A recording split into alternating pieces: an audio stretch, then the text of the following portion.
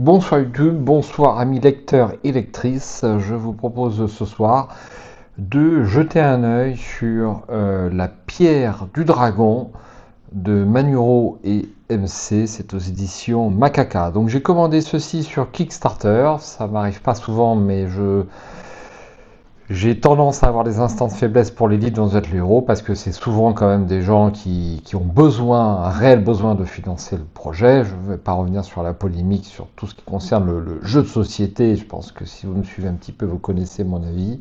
Mais sur les livres dont vous êtes le héros, dès qu'il y a des demandes de participation, eh bien, je participe. À noter que je ferai peut-être une vidéo spécifique sur la Vallée des Os. Eh bien, le deuxième tome est en participation, demande de participation sur Ulule, et donc ça s'appelle La Couronne et la Tour, quelque chose comme ça. Je ferai une vidéo spécifique. Alors, la pierre du dragon, si ça vous intéresse, eh bien c'est juste après le générique.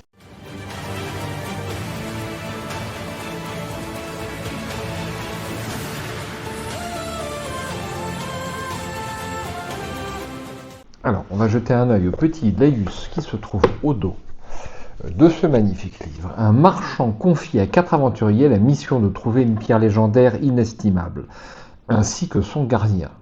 Sauront-ils associer leur talent pour gravir une montagne à la réputation terrible, déjouer les pièges séculaires de ces souterrains, survivre aux bêtes féroces et aux autochtones inhospitaliers? Vous seul avez la réponse, car vous êtes le héros à partir de 13 ans, Macaca Édition. Alors, comme d'habitude, sur nos petits tests, on va dire regarder l'introduction et puis les premières cases de ce livre. Alors, ici, nous avons un petit laïus qui nous explique ce qu'est un livre dont vous êtes le héros. Je ne pense pas qu'on ait besoin de revenir là-dessus avec vous. Et puis là, nous avons les quatre héros. Alors, le troubadour. Issu d'une troupe d'artistes itinérants, Dakan a appris à jouer de tous les instruments de musique et il est devenu un ménestrel talentueux. Mais au terme de son adolescence, la guerre l'a séparé des siens. Enrôlé malgré lui dans l'armée locale, il a été formé au métier des armes. Lors d'un pillage en règle, son grand cœur l'a poussé à sauver une sorcière et sa fille des autres soldats. En guise de remerciement, la femme lui a offert un luth enchanté, capable de charmer un auditoire. Après la guerre, Dakan a connu l'errance en gagnant sa vie comme spadassin et troubadour. Sa jeunesse est à présent derrière lui, mais son goût pour l'aventure et la bonne compagnie est toujours intact. Alors, comme vous l'avez deviné, on va jouer 4 aventuriers, on ne va pas choisir, on va jouer les 4 à chaque fois. Ensuite, nous avons la jeune demoiselle ici, fille d'une famille citadine aisée. Kaline a suivi une formation exigeante chez l'un des mentors les plus réputés de Kormala. Rares sont ceux qui mènent à terme le difficile apprentissage de la magie. Kaline fait désormais partie de ce cercle très fermé. Elle est sensible, gaie, curieuse et bien plus vive d'esprit qu'adroite de ses mains. Son érudition est impressionnante au regard de son jeune âge, et même si elle est encore novice dans l'usage des arcanes, elle maîtrise déjà une dizaine de sortilèges. Donc, nous avons une magicienne, et ensuite une guerrière ou une voleuse, on ne sait pas, on va voir. Née d'une mère elfe, morte en couche et d'un humain, Echidna, elle s'appelle Echidna, a été élevée par son père à l'écart de toute la civilisation. Elle en a hérité sa connaissance de la nature, un tempérament impétueux et peu sociable, ainsi que des aptitudes à survivre et à se battre. Peu nombreux sont ceux pouvant rivaliser avec ses talents de pisteuse ou d'archère. Revers de la médaille, cette vie en solitaire ne la prédispose guère à communiquer et encore moins à intégrer un groupe. Donc c'est bien une voleuse, une rôdeuse, et en plus avec un caractère difficile. Et enfin, on a l'impression que c'est un nain, miraculeusement rescapé du massacre de son village par un raid d'orques sauvages, Gorak a été trouvé par un pilleur de tombes qui ramena l'enfonçon à Kormala. Dans les bas-fonds où il a grandi, il a appris l'art de la discrétion et le crochetage des serrures. Ses talents, conjugués à sa robustesse, en ont fait un voleur émérite et redouté, fier de sa réputation. Gorak n'hésite pas à raconter ses exploits imaginaires à qui veut les entendre. Cupide mais efficace, il fait payer cher ses contrats. Alors, eh bien, nos 4 personnages semblent avoir un caractère diamétralement opposé, ça promet. Règles du jeu. Donc nous avons les règles simplifiées et les règles avancées. Alors les règles simplifiées, je crois qu'il faut les lire pour comprendre les règles avancées, donc on va les lire. Chaque héros dispose de 2 caractéristiques, les points de vie pour les points de vie et les PE pour les points d'énergie. Il vous faudra les mettre à jour quand le narrateur l'indiquera. Les PV diminuent en fonction des blessures. Si un héros tombe à 0, vous devez immédiatement vous rendre en 200. Un bon conseil, évitez ce cas de figure, on l'aurait deviné. Les points d'énergie se perdent lors des combats par l'usage des compétences spéciales ou de sortilèges. Si un héros tombe à 0 points d'énergie, vous n'avez plus le droit de suivre les choix qui mentionnent son nom, car il sera trop épuisé pour toute initiative personnelle. Les héros regagneront parfois des points de vie ou des points d'énergie, mais le nombre initial indiqué sur la feuille d'aventure ne peut jamais être dépassé, sauf indication contraire. Les objets trouvés pendant l'aventure sont attribués à un héros inscrit dans sa case équipement, lorsque vous en recevrez l'instruction. Parfois, vous pourrez noter des codes dans la case correspondante. En choisissant les règles simplifiées, vous ignorez les textes en vert, réservés aux règles avancées. Alors, toujours pour les règles de base, nous avons les talents spéciaux. Donc, des sortilèges pour Kaline, des champs magiques pour Dakan, des compétences rares pour c'est pas facile à prononcer son nom, et Ekdina et Gorak. Chaque héros dispose d'atouts que vous pourrez utiliser au cours de l'aventure. À certains moments, voici leur liste avec les coûts en points d'énergie à déduire le cas échéant. Ils vous seront rappelés pendant l'aventure. Alors voici toutes les capacités donc, de nos héros. Kidna peut faire du pistage, de l'attaque éclair et de l'expertise à l'arc. Kaline peut lancer des sorts, donc identification, clairvoyance, fantasmagorie, zone de chaleur, poids-plume et mur de feu. Donc tout ça, ça coûte de l'énergie bien sûr. Gorak peut lancer crochetage, escamotage, fouille ou tir d'arbalète. Dakan, lui, a linguiste, 0 point d'énergie. Bon, on l'utilisera dès qu'on pourra, si j'ai bien suivi. Sens tactique, chant d'apaisement, mélodie du sommeil et chant fortifiant. Bien. Au niveau des combats, lors d'une rencontre qui impose au groupe de se battre, les pertes seront toujours présentées de la façon suivante. Alors ça, c'est pour les règles simplifiées. Donc, c'est assez basique. Vous faites une rencontre, perte individuelle. Chaque héros donc, va perdre 1 point d'énergie et vous allez répartir 6 points de vie dans l'ensemble des 4 héros qui sont présents. Dans cet exemple, chaque héros perd 1 point d'énergie. S'il a été déjà à 0, il subit à la place une perte de 2 points de vie, c'est bien précisé. Répartissez ensuite la perte des 6 points de vie à votre convenance. Vous êtes victorieux si aucun héros ne tombe à 0 PV. Dans le cas contraire, rendez-vous au 200. Si ces règles vous suffisent, passez directement à la page intitulée « Le contrat ». Sinon, vous pouvez poursuivre la lecture des règles avancées. Donc, une feuille simplifiée. Nous, on va prendre les règles avancées. Donc, déjà, ça paraît beaucoup plus costaud. Alors, les règles avancées, ce sont les règles simplifiées intégrant des notions supplémentaires. L'attaque et la défense sont des caractéristiques chiffrées propres à chaque héros. Elles interviennent pendant les combats et peuvent augmenter grâce à de meilleures armes ou protections.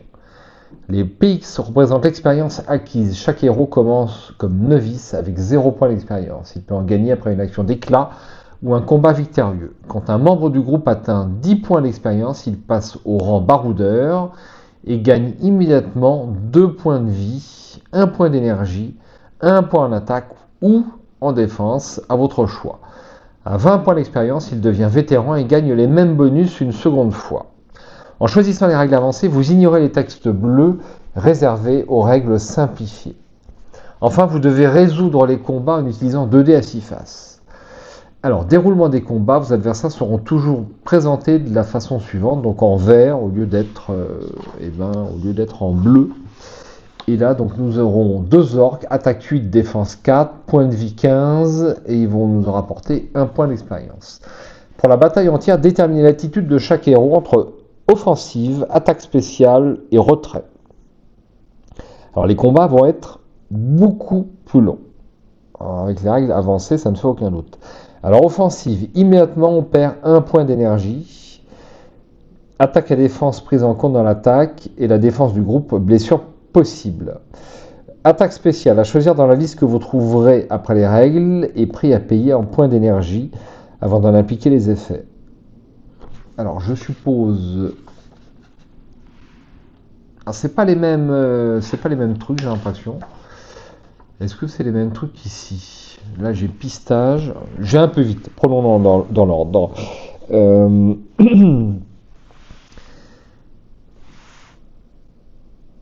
Ensuite, attaque spéciale, donc à choisir dans la liste que vous trouverez après les règles, les prix à payer en points d'énergie avant d'en appliquer l'effet, le retrait, non-participation au combat.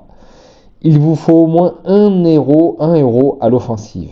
Un héros à 0 point d'énergie au début, un héros ayant 0 point d'énergie au début de combat est obligé de se mettre en retrait. Dans l'exemple suivant, seuls Gorak et Echidna partent à l'offensive et perdent chacun 1 point d'énergie. Dakan, amoindri, reste en retrait. Kalin choisit l'attaque spéciale pour lancer un sort d'aveuglement, voire plus loin, elle perd aussitôt 2 PE. Additionnez les valeurs individuelles des héros à l'offensive afin d'obtenir l'attaque et la défense du groupe pour ce combat. Gorak et Echidna, j'ai du mal décidément, ont respectivement 3 et 4 en attaque et 3 et 2 en défense. Le groupe a donc 6 en attaque et 6 en défense. Donc là, les valeurs sont indiquées pour chaque personnage. Alors je ne sais pas ce que vous en pensez, mais cette feuille de personnage est un petit peu tristounette. Voilà, on n'a pas le portrait, on aurait pu avoir un petit portrait dans chaque case. La police de caractère choisie n'évoque pas particulièrement l'heroic fantasy. Bref, voilà, là on aurait pu avoir un petit sac à dos dessiné. Bon, voilà, un petit peu de franfreluche, mais ça met dans l'ambiance. Une petite déception à ce niveau-là, au niveau de cette feuille d'aventure. Je continue. Si au moins un héros a choisi une attaque spéciale, appliquez ses effets. L'aveuglement lancé par Kalin diminue de 6 points l'attaque des orques. Ils n'ont donc plus que 2 en attaque pour le combat. Lancez 2 dés, ajoutez au résultat votre attaque, puis retranchez la défense de l'adversaire. Le résultat est le nombre de PV qu'il perd. S'il est encore en vie, passez à l'étape 5. S'il est à 0 PV, passez à l'étape 6. Donc on lance 2 dés, on ajoute l'attaque, puis on retranche la défense. Le résultat est le nombre de PV qu'il perd. Donc plus on fait un gros chiffre, plus on peut faire des pertes de points de vie à l'adversaire. Je dirais que ce type de combat va quand même beaucoup dépendre des dés, j'ai l'impression, mais on verra à l'usage. Je continue. 5. L'adversaire riposte. Lancez 2 dés, ajoutez au résultat son attaque, puis retranchez votre défense. Le résultat indique une perte globale de PV à diviser entre les héros à l'offensive uniquement, en arrondissant les dégâts au chiffre supérieur. Si tous les héros ont encore au minimum 1 PV, vous pouvez lancer un nouvel assaut et revenir à l'étape 4. Les dés sont plus favorables aux orques qui obtiennent un 9 en ajoutant leur attaque de 2 et en soustrayant la défense de 6 du groupe. Le résultat final est de 5. Echidna et Gorak perdent chacun 3 points de vie. Et en 6 victoires, les héros n'ayant pas choisi le retrait gagnent le nombre de PX indiqué. Alors, petite question qui me vient à l'esprit, est-ce qu'un héros qui a choisi l'attaque spéciale participe au combat? Alors, il aura les points d'expérience, mais on ne pourra pas le faire attaquer par la suite. Hein. C'est-à-dire que pour l'attaque et la défense du groupe, on ne choisit vraiment que ceux qui ont choisi offensive et point final pour la totalité des rounds. C'est ce que je comprends pour l'instant.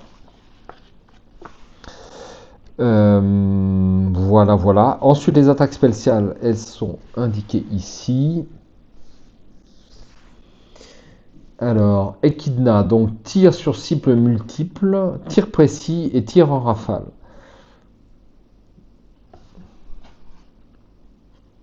Kaline, aveuglement, main de glace, rapidité et éclair. C'est pas la même chose que les capacités spéciales. Gorak, désarmement. Je le lis. Un coup de masse bien placé, l'adversaire voit son arme voler à quelques mètres de là. Il perd 8 en attaque. Cette attaque ne peut être utilisée que face à un ennemi solitaire et armé. Il faut s'en souvenir. Tir d'arbalète. Un carreau atteint l'adversaire et lui fait perdre 6 points de vie. Attaque sournoise. Ensuite, Dakan, nous avons chant de bravoure, chant d'effroi et chant de torpeur. Alors ça me paraît quand même, toutes ces attaques-là me paraissent assez intéressantes, puisqu'en fonction de l'adversaire que l'on va rencontrer, le choix d'une compétence spéciale ici va être, je pense, assez déterminant et utile. Donc quelque chose de très tactique. Ça me paraît super intéressant. Et ça me donne envie de faire une partie tout de suite, mais il est 1h du matin, donc ça sera pour plus tard. Néanmoins, avant de nous quitter, on va lire le début de l'introduction. Oscar Kalemazen a horreur du risque. S'il est devenu l'un des plus riches négociants en minerais de Kormala, c'est grâce au travail, à son abnégation et à un solide bon sens qui lui a permis de choisir judicieusement sa clientèle et ses fournisseurs au fil des ans, sans se lancer dans des entreprises hasardeuses. Les miroirs aux alouettes, il s'en méfie comme de la peste. Mais, en cet instant précis, sorti sur son balcon pour se distraire de l'insomnie qui l'accable, le vieux marchand se demande s'il n'a pas commis une erreur. L'acompte versé à ces 4 aventuriers, n'est-ce pas de l'argent dilapidé? Le spectacle de la ville endormie et de sa mosaïque de toits pentus ne parvient pas à dissiper ses inquiétudes. Leurs chances de réussite sont bien minces. Peuvent-ils vraiment trouver et lui rapporter ce gros diamant noir, cette gemme des lytropes, comme on la nommait autrefois? Pour sa part, il ne connaît aucun chasseur de trésors qui se soit vanté d'avoir gravi la corne du dragon, car, à sa connaissance, aucun n'en est revenu vivant. Non, il croit à cette légende de reptiles géants dans la montagne, tout juste bonne à effrayer les gamins récalcitrants.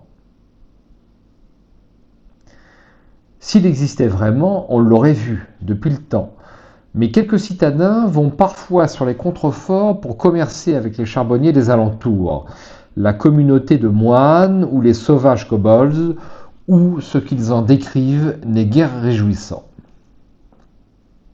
Une forêt infestée d'animaux agressifs et de brigands désireux d'échapper aux bras armés de la justice, une ascension aussi pénible que périlleuse pour atteindre des mines désaffectées dont personne ne peut dire ce qu'elles sont devenues. Pas étonnant que l'imagination populaire voie cette montagne abriter un dragon ou la pense hantée par les fantômes des nains. Admettons que les têtes brûlées qu'il vient d'engager survivent à tout ça. Après tout, c'est lui qui les a choisis et les a associés, alors que ces aventuriers ne se connaissaient pas 2 jours plus tôt. Ils n'étaient pas spécialement motivés au départ. Mais la somme promise a eu tôt fait de les rendre plus réceptifs. Kaline est une jeune magicienne et la plus tendre du lot. Elle n'a même aucune expérience du terrain. Mais avoir été apprentie du plus grand sorcier de Kormala pendant 12 ans laisse espérer quelques garanties sur ses compétences. Pour les autres, ce ne sont que des mercenaires chevronnés. L'archère au sang elfe a rendu bien des services aux villages des environs en les débarrassant de dangereux prédateurs. Sa réputation la devançait. De son côté, le vétéran musicien lui a été recommandé par le capitaine de la garde en personne. Quant à ce fameux Gorak, les récits de ses exploits, ou plutôt de ses forfaits, font la joie des auditeurs dans bien des tavernes.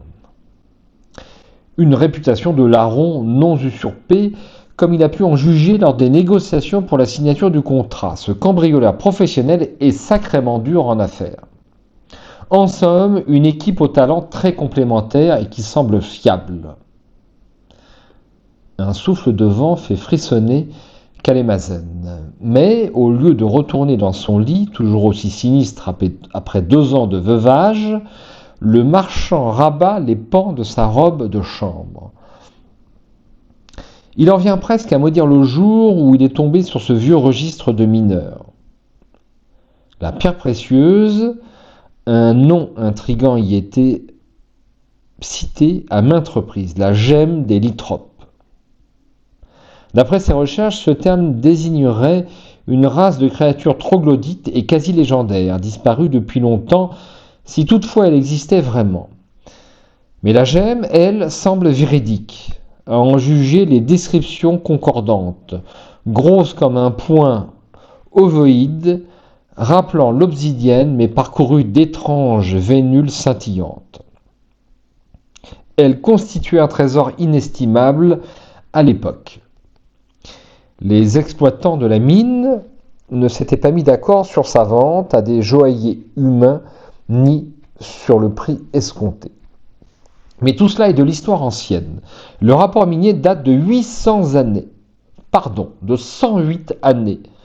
Quelle chance reste-t-il pour que la pierre fabuleuse se trouve encore quelque part dans ces souterrains, au cœur de ces galeries mystérieusement abandonnées près d'un siècle plus tôt, peu de temps après la découverte de la gemme. Il regarde vers le nord-est et tente de percer les ténèbres, cherchant en vain la corne du dragon. Le jour, on peut entrevoir au loin sa silhouette caractéristique. Le marchand songe aux 4 aventuriers qu'il a envoyés là-bas, faire son ascension. Ils sont probablement arrivés au pied de la montagne et dorment à poing fermé à la belle étoile. Quel paradoxe ce serait! Eux ont le bénéfice du sommeil sous la menace de bêtes féroces, avec comme seul matelas l'humus d'une forêt, alors que lui ne parvient pas à fermer l'œil malgré sa chaufferette et un édredon en plume d'oie. Rendez-vous aux 2. Je ne résiste pas au plaisir de tourner la page. Alors, voici le plan. Mine du dragon, porte obsidienne, porte diamant, vermine kobold, tonton biface.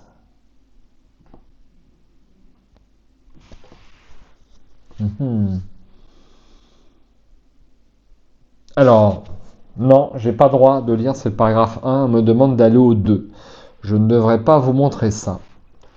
La route qui grimpe doucement à travers bois est suffisamment large pour permettre le passage d'une charrette. Les ornières parallèles sur le sol boueux en témoignent, mais à l'exception de ces marques, vous ne relevez plus signe de civilisation dans cette forêt de hêtres et de chênes depuis que vous y avez pénétré quelques heures plus tôt.